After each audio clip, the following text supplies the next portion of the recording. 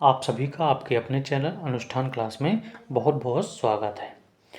KBS English के series में KBS PRT के लिए हम इंग्लिश की बुक को पूरा डिटेल से डिस्कस कर रहे हैं, जो कि आपके इंटरव्यू में काफ़ी यूजफुल रहेगा, साथ में एग्ज़ाम में भी यूजफुल होगा।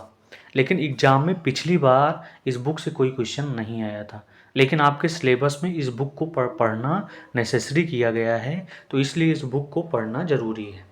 ठीक है। साथ में इससे आपके इंटरव्यू अच्छे तरीके से तैयार होंगे।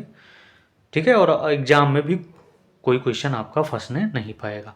और साथ में इस इंग्लिश ग्रामर पर बहुत ज़्यादा ध्यान दीजिए। ठीक है। वो क्वेश्चन सॉल्व कर लेंगे तो आपका सिलेक्शन श्योर है।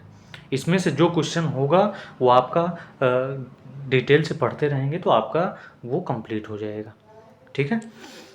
आइए चलते हैं चैप्टर नंबर 2 मृदंग क्लास 1 के पाठ्य पुस्तक है, जिसका चैप्टर 2 है ग्रीटिंग। ठीक है। ग्रीटिंग का मतलब होता है अभिवादन करना। ठीक है। ये जो ग्रीटिंग शब्द है इसका मतलब होता है अभिवादन करना। अभिवादन करना। ठीक है। When I meet someone, जब मैं किसी से मिलता हूँ। someone का मतलब होता है किसी से मिलता हूँ। ठीक है। जब मैं किसी से मिलता हूँ, मीट का मतलब होता है मिलना। जब कोई मेरे सामने आता है, ठीक है, तो आई से नमस्ते, हम क्या बोलते हैं? नमस्ते। हाथ जोड़कर नमस्ते करते हैं। आगे चलें तो आगे लिखा है when I meet someone in the morning. ठीक है। जब भी कोई हमें मेरे सामने मिलता, कब? सुबह टाइम में। मॉर्निंग का मतलब होता है सुबह टाइम। आई से गुड मॉर्निंग। आई से गुड मॉर्निंग, मैं उसे गुड मॉर्निंग बोलता हूँ, यानी सुबह टाइम क्या बोलना चाहिए? Good morning.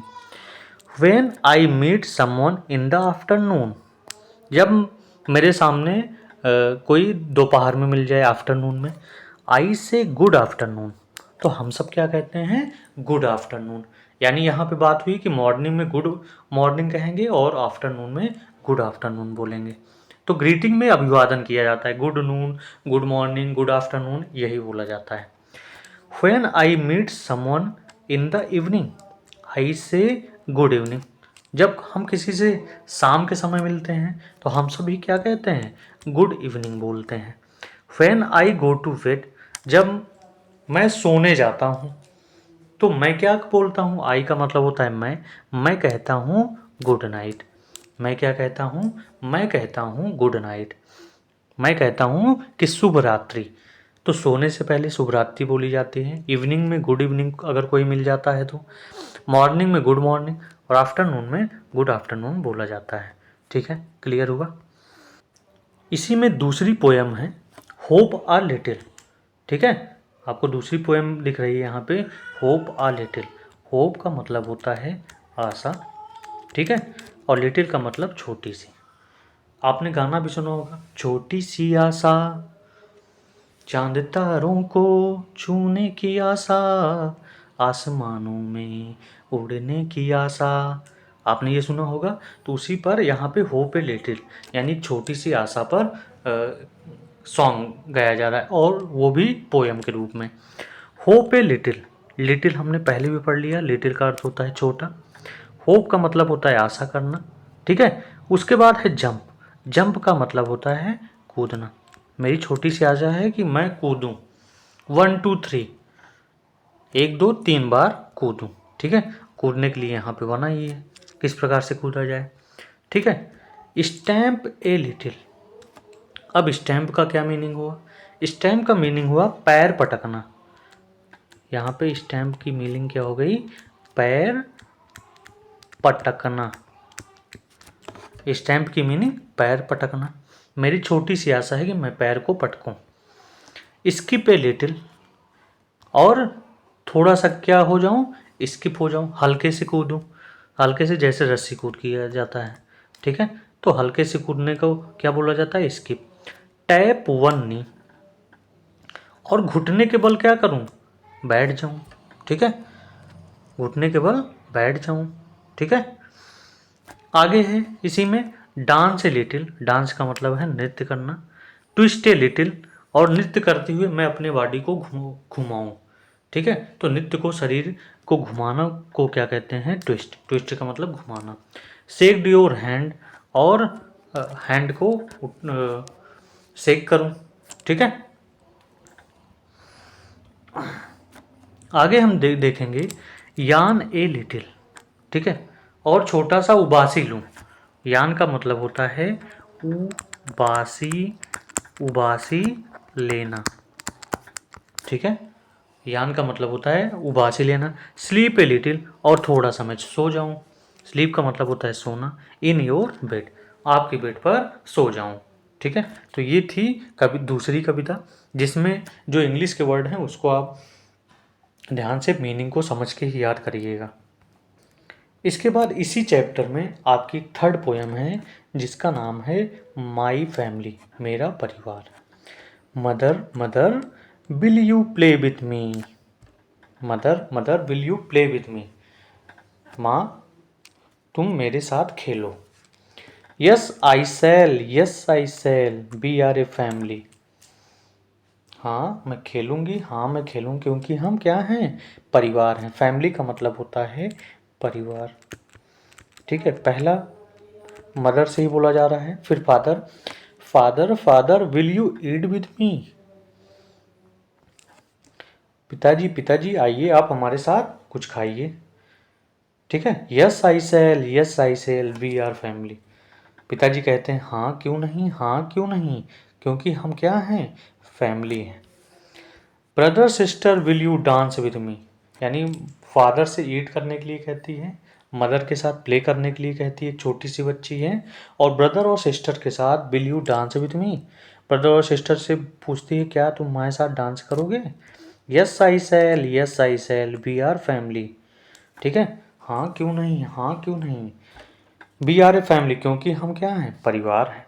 उसके बाद परिवार में किससे मिली? ग्रैंड मदर और ग्रैंड फादर से।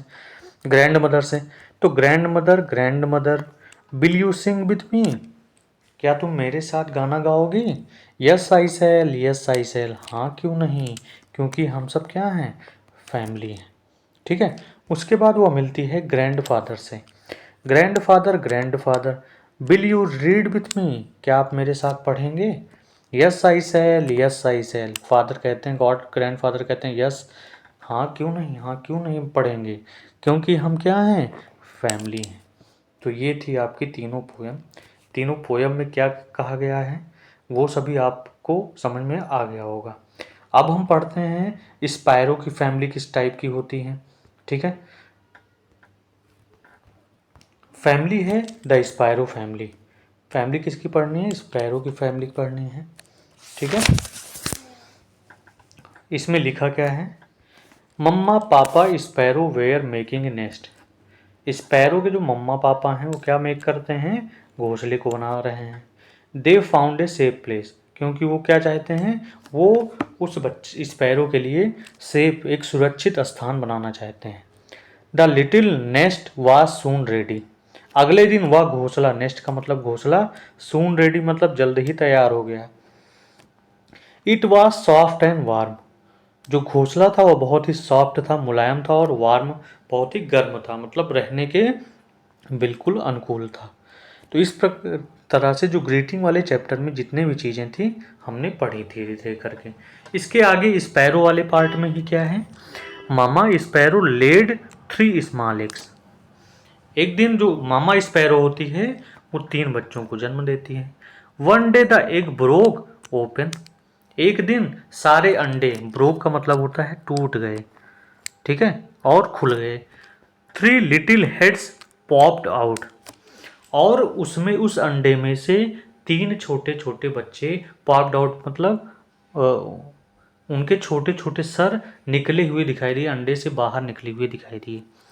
पापा sparrow brought food for them, और पापा स्पैरो क्या करते हैं? पापा स्पैरो उन छोटे छोटे लिटिल बच्चों को क्या खिलाते हैं? फूड खिलाते हैं। Grandmother, grandfather sparrow, aunt and uncle sparrow, cousin and friend all came to meet the baby sparrow. उस बेबी स्पैरो को देखने के लिए कौन कौन आता है?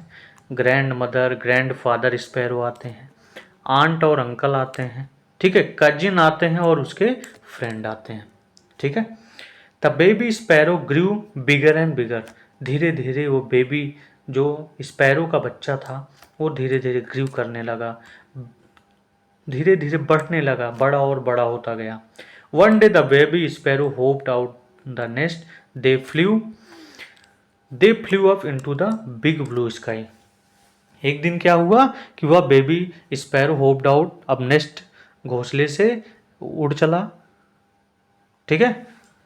उसके बाद दे flu up into the big blue sky, और वह धीरे धीरे बड़े बिग ब्लू स्काई मतलब बहुत ऊपर आसमान तक क्या किया, फ्लू अप, उड़ चला। यहाँ जो स्पैरो की मीनिंग है, बार बार हम स्पैरो कह रहे हैं, स्पैरो है गौरैया, ठीक है। गौरैया चिड़िया को क्या बोला जाता है? स्पैरो बोला जाता है, ठीक है। बाकी इसके लास्ट में आपको इन सभी के जितने मीनिंग्स हैं और जितने फ्रेजेज यूज किए गए हैं उनकी मीनिंग अब अगले डे पे जब हम नेक्स्ट स्टोरी या कोई चीज़ पढ़ेंगे इंग्लिश में तो उसमें पूरी तरह से डिस्कस करेंगे, ठीक है।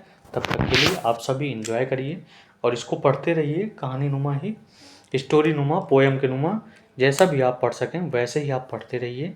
आपकी ये चीज़ें आपके माइंड में एक सेट बनाएंगे कि कौन से चैप्टर पे क्या चीज़ें हैं और कैसे हम उनको एग्ज़ाम में लिख सकते हैं या इंटरव्यू में अपने आप को ओरिएंट कर सकते हैं, सामने दिखा सकते हैं, ठीक है। तब तक के लिए इस लेक्चर को यहीं पर विराम देते हैं।